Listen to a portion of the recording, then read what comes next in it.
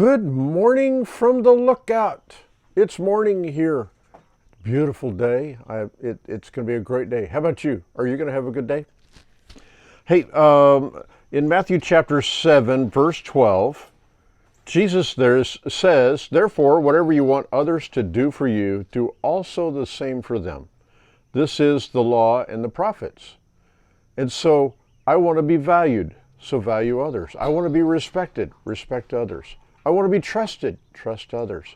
I want to be appreciated, so I need to appreciate others. I want to be understood, so I need to try to understand other people. And I hate to be taken advantage of. How about you? So don't take advantage of other people, all right? And those are ideas from John Maxwell. So do to others as you'd like them to do to you, all right? Even today. All right, in Genesis 42 and 43, Joseph's brothers, all except Benjamin, appear before him to buy grain. He questions them about their family and demands that they bring Benjamin back with them to prove that they're not spies. He keeps one brother, Simeon, in jail while the others return home. Jacob, he's distraught. Why did you tell him? Why does he want to see Benjamin? And he refuses to send Benjamin back until their food is almost gone. He says, "Go back and get some more food." And the brothers say, "No, we can't go. Unless Benjamin goes, we can't go." And so finally he sends Benjamin back as well. When they return to Egypt, they're taken to Joseph's home to share a meal. And again, Joseph questions them, and then they eat together. Now, as I was thinking about this story is strange to us. Why not just reveal himself to his brothers and then take revenge? I mean, they deserved it, didn't they? Catch this. Joseph is revealing who he is rather than who they are. Okay? Through his long years of slavery and injustice and imprisonment, Joseph's character and walk with God have been settled. He is no longer the impertinent little brother to them. He has changed. And we'll see that as the story continues. Joseph is no longer the same. His walk with God has made a difference. Okay. In Matthew 13 and 14, Jesus gives one more example of what the kingdom of heaven is like.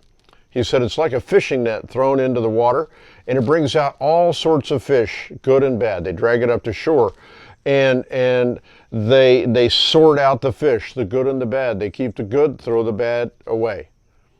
Jesus says at the end, every person will be gathered, and the wicked will be sorted out and cast into the fiery furnace.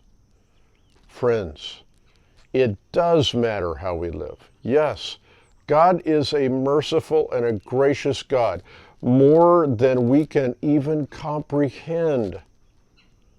But do not be deceived. Those who insist on living wicked lives will face God's judgment. Okay? Don't be deceived. Now, listen to verse 52. This is very interesting. Then he added, "Every teacher of religious law who becomes a disciple in the kingdom of heaven is like a homeowner who brings from his storeroom new gems of truth as well as old." Yes, we learn God's truth and continue learning throughout our lives. God always has more truth to teach us. So we keep looking and learning and sharing. You know, the challenge for us who have followed Jesus for a while or a long time, the challenge is, well, I've heard that. I've been there, I've done that. We hear the pastor start a message and we go, yep, been there, done that. Okay, wonder, and we can get kind of the attitude of the religious know-it-alls instead of saying, "Jesus, what do I need to learn today? I heard this message before, but your word is living, it's active, it's sharper than any double-edged sword. It penetrates dividing soul and spirit, and joints and marrow. It judges the thoughts and the attitudes of the heart. What do I need to know today about your truth So instead of becoming arrogant and having an ego about all we know, we need to become children again. That's why Jesus said it. We need to become children again and say, Lord, what do you want me to learn today? Now, okay, so after this teaching, Jesus returns to Nazareth, his hometown. The people there were amazed at his teaching and his miracles. They were amazed. Here he is, back home, and they see what he's doing, and they see how he teaches, and they're amazed about it. And instead of believing, they scoffed at him. They were offended by him. They said, we know who your parents are. We know where you grew up. How do you get all your learning? Who do you think you are? Ooh. And listen to this. Verse 58 says, and so he did only a few miracles there because of their unbelief. They needed the teaching. They needed miracles too. Weren't there sick people there that needed healing? Wasn't there truth to be taught? But they weren't open to it. Check this out. Jesus is able to do amazing things, but he will not force his goodness and teaching and miracles on others. He won't force it. He gives the opportunity to believe or not believe. He gives us the choice. Isn't that great? So choose today. All right, choose to believe, choose to listen. Okay, now in Psalm 18, 25 to 28, all right.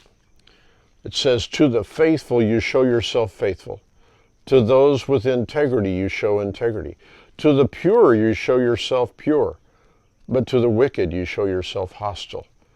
You rescue the humble and you humiliate the proud. You light a lamp for me. The Lord, my God, lights up my darkness. The Lord, my God, lights up my darkness. And then Proverbs 4:7 says, getting wisdom is the wisest thing you can do. And whatever else you do, develop good judgment. May God bless you as you follow today. May God help you to listen and understand and believe and grow. God bless you.